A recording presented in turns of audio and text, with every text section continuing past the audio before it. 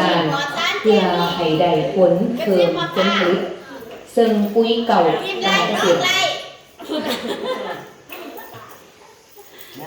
พลัสโกลาวค้าออกค้าเข่าจำกัดผู้เดียวลงติดตามเบิงสวนกาแฟของกลุ่มชาวสวนทีใส่ผลิตภัณฑ์ปุ๋ยเก่าเกษตรนาโนวันที่26มิถุนายน2025บริษัทพลัสโกลาวค้าออกค้าเข่าจำกัดผู้เดียวและลงติดตามเบิงสวนปลูกกาแฟของกลุ่มชาวสวนทีน้ำใส่ผลิตภัณฑ์ปุ๋ยเก่าเกษตรนาโนโดยมีทางบุญโฮงพาพรผู้อำนวยการบริษัทพลัสโกลาวมีคณะบริหารงานของบริษัทและบรรดาลูกค้าประจำและตัวแทนจำหน่ายพร้อมโดยชาวสวนทีใส่ปุ๋ยเก่าเกษตรนาโนซึ่งการลงติดตามเบิงสวนกาแฟของสกิทฟาร์มซึ่งเป็นตัวแทนกลุ่มชาวสวนทีน้ำใส่ปุ๋ยเก่าเกษตรนาโนและได้เข้าเบิงสวนกาแฟที่ปลูกมาได้9 เดือนซึ่งจากการลงติดตามเห็นว่าต้นกาแฟจะเริ่มเติบโตไวกว่าต้นกาแฟที่บ่ได้นำใส่ปุ๋ยเก่าเกษตรนาโนโดยเห็นว่าระยะเพียง9 เดือนต้นกาแฟบางต้นออกมาให้เห็นทางสเก็ตเจ้าของสเก็ตฟาร์มตัวแทนกลุ่มชาวสวนเราให้ฟังว่าตัวเองและชาวสวนจำนวนหนึ่งได้เริ่มทดลองนำใส่ปุ๋ยเก่าเกษตรนาโนมาได้1 ปีและปีนี้เป็นปีที่2ยอมรับว่าปุ๋ยเก่าเกษตรนาโนถือได้ว่าเป็นปุ๋ยที่เหมาะสมกับต้นกาแฟแท้จริงซึ่งจะเฮ็ดให้ต้นใหญ่ไวแข็งแรงและให้หมากไวเพียง9 เดือนหาปีหนึ่งกาแฟจะเริ่มให้หมากนอกนั้นจากทดลองนำใส่กับต้นกาแฟปลูกใหม่แล้วยังได้ทดลองกับต้นกาแฟเก่าอายุ15 ปียังเห็นว่าได้ผลดีต้นแตกแหน่งไวแข็งแรงให้หมากดกแต่ต้องใส่ให้ถูกวิธีและเทคนิควิชาการเพื่อให้ได้รับผลผลิตตามที่ต้องการนี่เป็นอีกหนึ่งทางเลือกของเกษตรกรเว้าเฉพาะโกเมนชาวสวนกาแฟแนะนำชาวสวนหรือว่าเป็นตัวแทนหัวหน้าของกลุ่มชาวสวนเนาะผู้ผลิตกาแฟเนาะวันนี้เราก็สิมาเสนอเรื่องการเฮ็ดสวนเนาะที่ว่าเฮ็ดถือตามวิธีการหรือว่าเฮ็ดตามหลักการที่ได้มาตรฐานเนาะแต่ว่าสิ่งที่เราเฮ็ดผ่านมาก็เฮ็ดหลากหลายรูปแบบเนาะโดยเฉพาะที่เราลองผิดลองถูกแหละปุ๋ยบ่ว่าสิเป็นปุ๋ยมาจากโรงงานได้ก็ตามเราก็ได้ลองหมดเนาะเพราะเป็นชาวสวนเนาะหลังจากที่เฮาเฮ็ดหลายปีจนมาฮอดจุดหนึ่งเนาะที่เฮาได้รู้จักนั่นก็คือเป็นปุ๋ยเก่าเกษตรนาโนเนาะก็คือเห็นแล้วเนาะสวนของเฮาปลูกนี่9 เดือนก็ว่าหลายปีนึงเนาะผลตอบรับก็สิประมาณนี้เนาะอันนี้ว่าเบี้ยตอนที่เฮาปลูกก็บ่ได้งามพอปานใดเนาะแต่หลังจากที่เฮามาปลูกแล้วก็เฮาก็เห็นผลเนาะต้องลองบ่ลองบ่ฮู้เนาะคือเฮาก็จะลองเป็นปุ๋ยเม็ดน้ำเนาะแล้วก็ปุ๋ยซีดเนาะคือตอนส่วนที่เฮาใส่อันนี้นี่9 เดือนปีนึงนี่เฮาใส่ก็สิใส่ตามหลักการเพิ่นบอกเนาะให้ขุดให้พังดินเนาะตัวนี้เฮาใส่ปุ๋ยแค่เทื่อเดียวเนาะแล้วก็ซีด2 เทื่อเนาะแต่ว่าเฮาก็ลองเนาะส่วนที่เฮาใส่บนที่ว่าเฮาใส่หน้าดินบ่บางเฮาบ่ถมนะบ่ก็เฮามาซีดเฮามาผสมปุ๋ยอื่นมันก็รู้สึกว่าตอบโจทย์บ่อย่างดีเนาะแต่ถ้าเฮ็ดตามหลักการวิชาการหรือว่าทางโครงการปุ๋ยเพิ่นแนะนำเฮ็ดตามสูตรเนาะตัวได้ผลดีเนาะผลตอบโจทย์ก็สิประมาณนี้เนาะก็สิให้กลุ่มของเฮาค่อนข้างว่าต่อไปก็สิมั่นใจเนาะบวกกับว่าปุ๋ยของเพิ่นก็ราคาก็เข้าสู่ได้นะบอกว่ามันเป็นชีวภาพแน่มันก็สิดีต่อสิ่งแวดล้อมแล้วก็ต่อชาวสวนผู้ที่ปลูกกาแฟเนาะในกลุ่มของเฮาก็ค่อนข้างว่า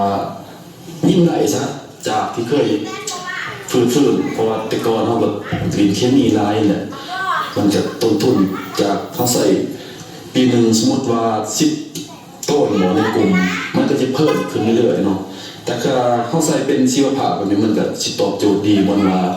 มันบ่ได้เพิ่มเงินเฮาแต่มันสิเพิ่มปริมาณบ่ก็ว่าดินของเฮาใส่มันก็สิเป็นแบบว่าพื้นที่ที่ว่าปลอดสารพิษเนาะอันนี้เป็นข้อดีเนาะทุกคนที่คิดว่าบ่เชื่อคำว่าเฮาให้มาลองเนาะลองใส่แต่ลองก็ต้องลองให้ถึงวิธีตามวิชาการของบ่เนาะถ้าเฮาสิไปลองผสมนั่นผสมนี่เฮ็ดบ่ถูกวิธีก็บ่เห็นผลเฮาก็ลองเนาะตัวนี้เนาะแต่ว่าคันลองแล้วเห็นผลข้อยเชื่อว่าทุกคนก็สิมาขอบใจไว้เนาะคลิปภายหลังเนาะส ซึ่งปุ๋ยเก่าเกษตรนาโนเป็นปุ๋ยที่มีคุณประโยชน์หลายอย่าง ใส่ได้กับพืชทุกชนิดเป็นปุ๋ยที่ให้ประโยชน์กับพืชหลายกว่าปุ๋ยทั่วไปเป็นต้นใส่เพื่อปรับปรุงดินให้มีความสมบูรณ์ช่วยเพิ่มผลผลิตให้หลายขึ้นช่วยบำรุงหากบำรุงต้นบำรุงใบและอื่นๆนอกนี้ยังช่วยเพิ่มผลผลิตผลเพิ่มผลกำไรให้ผู้ผลิตและประหยัดต้นทุนในการผลิตของชาวเกษตรกรนำอีกด้วยอายุการก็อยู่ใน15-16 ปีแล้วเนาะก็เอามาตัดแต่งเนาะตัดเงาใหม่แล้วก็ใส่ปุ๋ยกับเกษตรนาโนเนาะก็สังเกตได้ว่ามันเฮ็ดให้พื้นที่ดินของเรามีกว่าที่กระเดื่อนเนาะทะเลสำคัญอุตสาหกรรม4ซะจะได้ดินดำเมื่อก่อนเนี่ยปลูกแต่ปี2000หรือว่าอายุการประมาณ5 ปีเขาเล่นเคมีหลายมันดินกระดันนะดินแข็งหมดก็เลยว่าจะได้ปลาแหละปลาทีมซ้ำมันสิพื้นโตเนาะดินเขาสิปรับปรุงก็ผู้ใส่เวลาหลายสมควรแต่ก็ต้องเฮ็ดเป็นปุ๋ยมัดหลายๆอย่างแหละแต่ก็มันยังศึกษาเสียเวลาเอามาเจอปุ๋ยเนาะมันได้มาตรฐานบอกว่ามันเป็นปุ๋ยชีวภาพของเพิ่นเนาะเฮาสังเกตเฮาใส่แล้วเห็นผลเนาะพอใส่2 ปีมันการันตีว่าปีต่อไปนี่ดินสิเป็นแบบนี้เลยแต่ว่าปีที่มาเนี่ยผมสิบ่ใส่แนวอื่นนะก็เห็นว่าต้นทุนกับบ่แพงและกลุ่มพวกเฮาก็เริ่มสิเอากาแฟไปประกวดทุกสายพันธุ์เลยคือว่าผู้ใดที่มาซื้อกาแฟแล้วเฮากล้าเชิญเข้ามาว่าเฮาบ่ได้ใส่เคมีมากวดดินเฮาก็ได้เนาะปีแล้วนี่ไล่ว่าเฉพาะแต่สวนตัวนี้ประมาณ15 ต้นสวนแล้วดินตัวนี้เฉพาะแต่กติมอนี่ประมาณครึ่งเฮกตาร์สวนต้นโอ้เป็นปีนี้เดี๋ยวว่าทบเครื่องนะจากสิงานอยู่ว่า30จากอะไรวะว่าเบิ่งต้นมันนักก็ได้มามันก็สมบูรณ์ก็ยังมั่นใจอยู่เนาะเห็นมามันได้เลยผ่าอาหารใบมันก็ใส่มันจะดินคอยบุกาใส่ปุ๋ยไปใส่เทื่อนึงไปฉีดเทื่อนึงแล้วก็ใส่พยานมันสิปัวแห้งสิฮะนี่ยังบ่อยู่ถ้าเราสมมุติบ่ค้ำเฮามัดก็บ่อยากบ่ได้นะโลนนะบ่ทันสุกแม่นถ้าว่าสัดส่วนเฮ็ดกาแฟได้มันก็สิสร้างให้เศรษฐกิจเฮาเติบโตเนาะเพราะว่าคือว่ายิ่งเฮ็ดกาแฟหลายผลิตกาแฟหลายยิ่งเฮ็ดให้นักธุรกิจมาลงทุนมาซื้อขายมันจะหมุนเวียนในประเทศเราก็เป็นคนดีแหละ มันเป็นยาแล้วเป็นกาแฟบำรุงสุขภาพเด้อ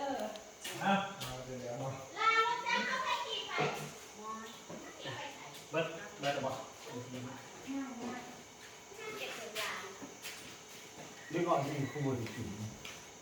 จริงเหรอ ยังบอกว่าเขาบอก